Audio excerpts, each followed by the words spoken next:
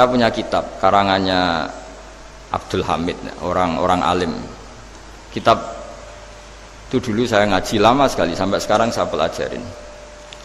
Manusia itu dijebak hukum adat, padahal adat itu ya tidak terlibat. Misalnya kalau ada telur jadi ayam normal gitu. Ya tadi indukan unta melahirkan unta normal itu, indukan sapi melahirkan sapi normal. Tapi kalau para nabi itu bilang ya nggak normal. Nggak normal artinya tetap ada kekuatan Tuhan. Indukan unta tahu apa tentang unta? Dia punya kekuatan apa? Bisa melahirkan unta, bisa menciptakan unta di perutnya, bisa ada jantungnya, ada paru-parunya, ada ususnya. Dia bisa apa? Di situ ada tangan Tuhan itu. Karena para nabi cara berpikir gitu, melihat tembok ya sama. Tembok sama indukan unta itu sama, sama-sama mungkin mengeluarkan unta. Sehingga ketika Nabi Soleh ditanya, bukti apa kekuasaan Tuhanmu? Apa bisa mengeluarkan unta dari batu besar ini? Jawabannya Nabi Soleh ya bisa, ya bisa. Dan mukjizatnya Nabi Soleh masyhur itu, keluarlah unta dari batu. Karena secara teori ya tadi, coba unta indukan itu apa seorang profesor, apa seorang ilmuwan sehingga bisa menciptakan anaknya itu. Apa dia terlibat dalam menciptakan jantungnya, paru-parunya, ususnya? Kan enggak juga. Telur bisa apa coba? Gobloknya bukan main telur itu kan. Tapi bisa mengeluarkan ayam, dia bisa apa? Nah, para nabi, para wali itu tahu semuanya itu kekuasaannya Allah. Nah, kalau karena kekuasaan Allah, bedanya apa dengan tembok? Makanya Nabi Muhammad ketika di padang pasir, semua sahabat bingung, nggak ada air, ya Nabi santai aja. Ini gimana Nabi gak ada air, nanti orang mati kehausan. Nabi ya santai aja. Kamu ingin air katanya. Iya. Nabi nunjuk apa itu ya sudah, terus ada air. Ada yang keluar dari jemarinya, ada. Karena Nabi itu gak tahu bedanya antara ini mungkin dan tidak mungkin tuh, gak tahunya itu ya semuanya itu Allah. Kalau kamu kan enggak. Wah daerah gini gak mungkin ada air. Ini kan padang pasir. Air itu biasanya di daerah hutan gini malah berteori macam-macam. Seakan-akan tidak ada Tuhan. Jadi kalau orang nggak bakat wali pasti berpikirnya gitu. Makanya nggak wali-wali itu memang nggak bakat, karena itu kan artinya menafikan kekuasaannya Allah kan. Seakan-akan Allah tidak mampu bikin air di situ. Tapi kalau Nabi santai aja. Makanya Nabi Ibrahim ketika mau dibakar ya santai aja. Menurut beliau api bisa apa?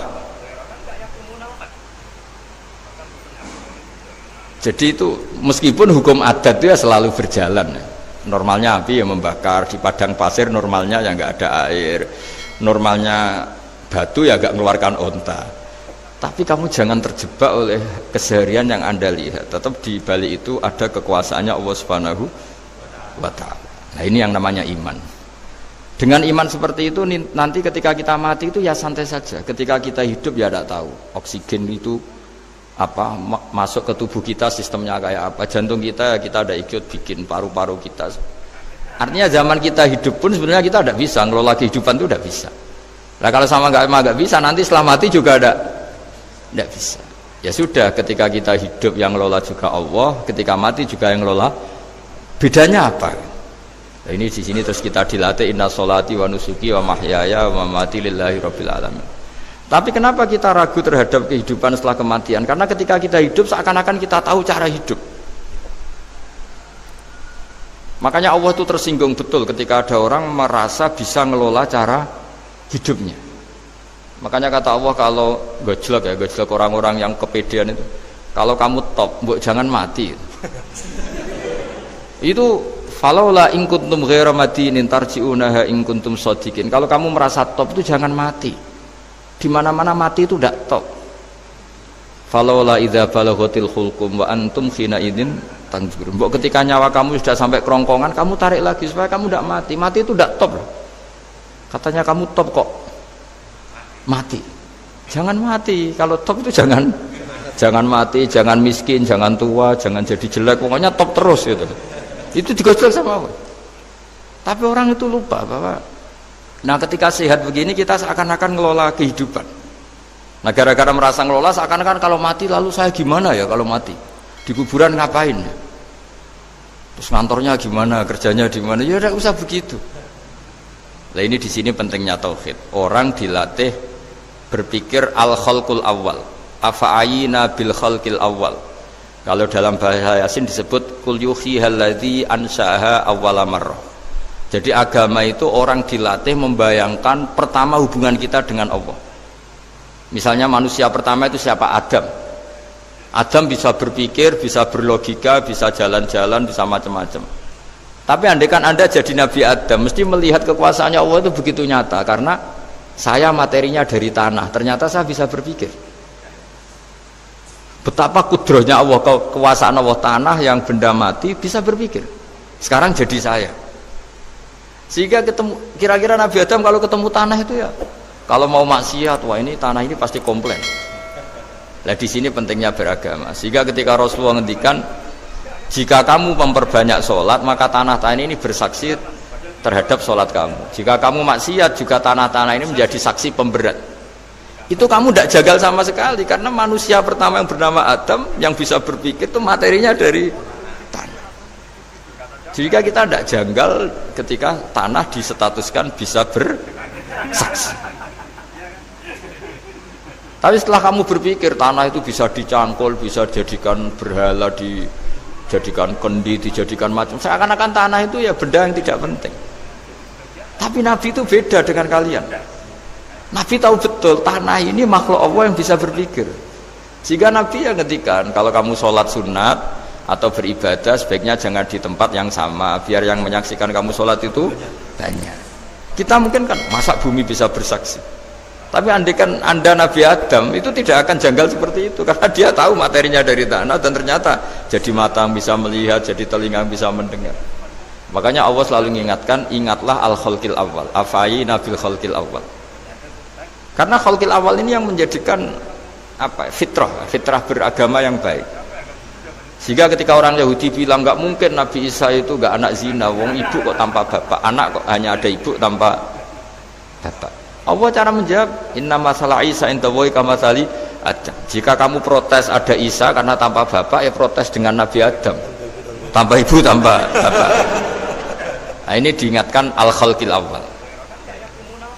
Makanya Yasin bilang kul yuhyihal ladzi ansha'aha awwala marrah.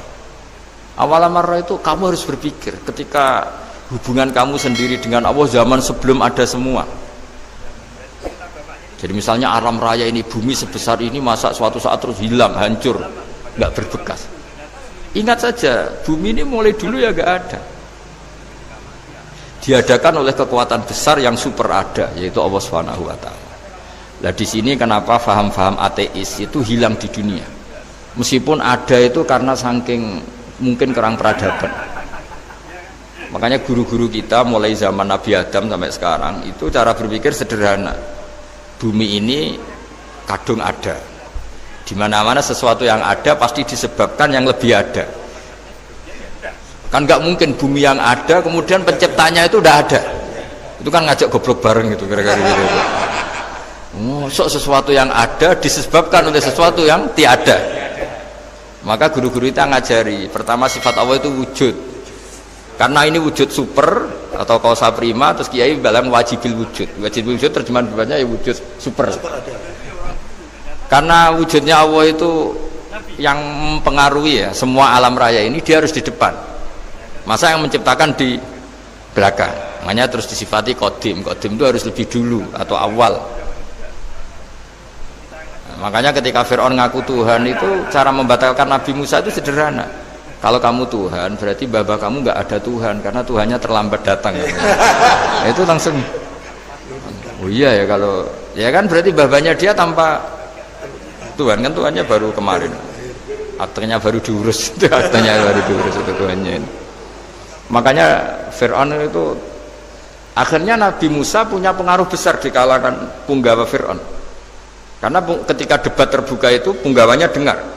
Akhirnya mereka iman sama Nabi Musa. Ini disebut wa qala rajulun mu'minun min ali fir'auna yaktumu imana. Banyak yang diam-diam ini iman karena logika Fir'aun jadi Tuhan itu nggak masuk akal. Yang benar adalah Tuhannya Nabi Musa. Nah orang-orang ini itu ya dibilang nggak loyal ya pokoknya dia iman. Dan dia juga yang ikut rapat. Besok Musa tangkap. Karena mereka sudah iman sama Musa terus Sebelum eksekusi itu datang, ini datang ke Musa. Tadi malam saya ikut rapat, keputusannya Anda ditangkap mau dibunuh, jangan lari saja dulu kan. Jadi kan nggak bisa disebut pengkhianatan, kan ini orang baik. Jadi malamnya ikut rapat, besok Musa tangkap bunuh. Iya Nabi Musa, paginya sebelum di itu, Musa saya nanti malam ikut rapat dan keputusannya Anda ditangkap dibunuh, kamu lari aja sekarang. Nah, kenapa iman? Karena logika yang dibangun Nabi Musa. Makanya ciri utama kebenaran itu bal naqdhifu bil haqqi 'alal batil fayadmaghuhu fa idza huwa zahid. Kebenaran sejati itu boleh diuji di mana saja. Dan Anda tidak usah khawatir kebenaran sejati itu kalah. Pasti menang. Kalau kebenaran itu kebenaran sejati pasti menang. Ya, di sini terus ada ulama-ulama kayak banyak lah, termasuk di Indonesia kayak Pak Quraisy kayak yang nyaman saja anak-anaknya di luar negeri karena merasa kebenaran sejati itu tidak akan kalah. Sehingga ketika ada negara yang begitu maju, saya pernah ditanya sama orang yang kuliah di Inggris, di Swiss, Gus, saya ini kan orang Indonesia tapi pengagum negara Swiss, Swedia, negara di sana itu makmur, terus tertib. Bagaimana saya tetap mencintai Islam yang secara lahir itu kadang-kadang beberapa negara Islam itu kacau. Ada seorang mahasiswa tanya gitu, dia tanya cara ingat Allah, ya membela Islam kira-kira gitu. Terus saya berita, tak kasih tahu dia, ketika Anda muji negara-negara itu makmur, sejahtera, itu sebetulnya tetap utang jasa terbesar itu sama Tuhan. Pejabat bisa apa ketika Allah misalnya nggak bikin air? Negara bisa apa misalnya ketika Allah itu nggak bikin oksigen?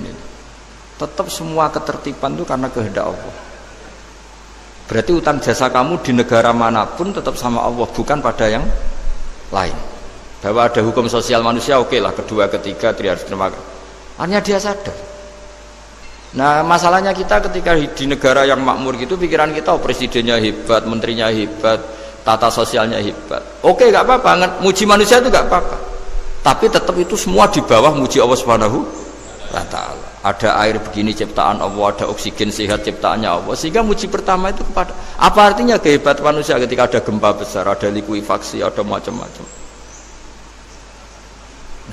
Nah maksud saya ngaji di sini ingat Allah itu dengan cara seperti itu, sehingga ketika kita hidup di negara manapun ya utang jasa pertama pikiran kita sama Allah Subhanahu